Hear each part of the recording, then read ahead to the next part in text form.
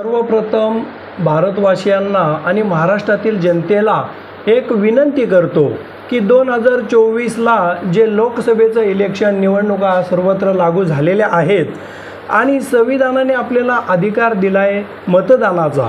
तर first time voter असतील, मायबाप, बंधू भगिनी, प्रौढ वर्ग असतील यांना हात जोडून विनंती करतो की तुम्ही मतदान अवश्य करा। कारण तुम्हाला एखादा खासदार पाडण्याचा आणि तुम्हाला सरकार बदली करण्याचा पूर्ण अधिकार या लोकशाहीने दिलेला आहे आणि तो अधिकार आत्ता आपल्याला ह्या 2024ला वापरावाच लागेल। कारण 2014 आणि 19ला मोदी सरकार यावे यासाठी सर्वांनी आपण प्रचार प्रसार केले होते। गरीब जनतेचं सरकार यावं असं सगळ्यांना वाटत होतं, परंतु मोदी सरकार सत्तेमध्ये आल्यानंतर त्यांनी जे काही आपल्याला आश्वासनं दिली होती की आम्ही स्मार्ट सिटी बांधू, वर्षाला 100 स्मार्ट सिटी, म्हणजे 10 वर्षाला 1000 स्मार्ट सिटी अद्याप एकही झालेली नाही। 2022च्या अखेरीस आम्ही बुलेट ट्रेन भारतात आणू, अद्याप कुठं बुलेट ट्रेन गेली हे लोकांनाच माहीत। 2 करोड वर्षाला रोजगार देऊ, म्हणजे 10 वर्षाला 20 करोड रोजगार जनतेला मिळाला असता, अद्यापही रोजगाराची कोणालाही थांगपत्ता नाही आणि 5 किलो गहू घ्या असं आम्हाला सांगतायत। त्यानंतर सांगितलं महिला सुरक्षेचा प्रश्न होता, तो आम्ही योग्य तऱ्हेने हाताळू, त्याचा तपास नाही। 350 रुपये गॅस करू, 50 रुपये पेट्रोल करू, 35 रुपये डिझेल करू, ते आता जनता बघते कशी किती महागाई झालेली आहे।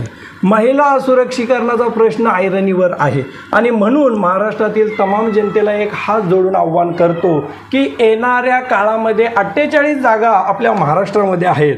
या 48 जागेमध्ये एकही कमळ फुलू देऊ नका, म्हणजे मागच्या वेळेला 292 खासदार निवडून आले होते बीजेपीचे, आता जर 48 मायनस झाले तर 244 जागा त्यांना, आणि फक्त महाराष्ट्राने मनाव घेतलं तर हे सरकार अल्पमतात जाईल आणि लोकशाहीचा विजय होईल।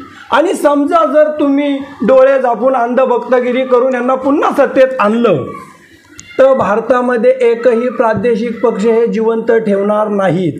दुसरी गोष्ट, संसदेच्या पवित्र मंदिरात आणि राज्यसभेच्या पवित्र मंदिरात एक निर्णय घेतला जाईल की मोदी या नावाचा इसम कायमस्वरूपी पंतप्रधान असेल।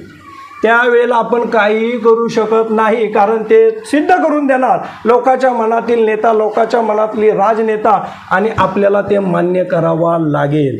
मग कोणता आमदार असेल, मग कोणता खासदार असेल, कोणता मंत्री असेल, कोणता समाजसेवक असेल, ह्यांनी जर या सरकारविरुद्ध अपशब्द वापरले की त्याला देशद्रोही घोषित केलं जाईल, त्याला तुरुंगवासाची शिक्षा दिली जाईल आणि संविधान संपवलं जाईल। विशेष करून महत्त्वाची गोष्ट म्हणजे संविधान वाचवा, आणि ही ताकद आपल्याला संविधानाने, लोकशाहीने दिलेली आहे। आणि या महाराष्ट्रातील तमाम जनतेला सांगतो की यांनी, नरेंद्र मोदींनी अरबी समुद्रात राष्ट्रीय स्मारक श्री छत्रपती शिवाजी महाराजांचं होईल यासाठी नारळ फोडला होता, आता त्यांना नारळ देण्याची वेळ आलेली आहे।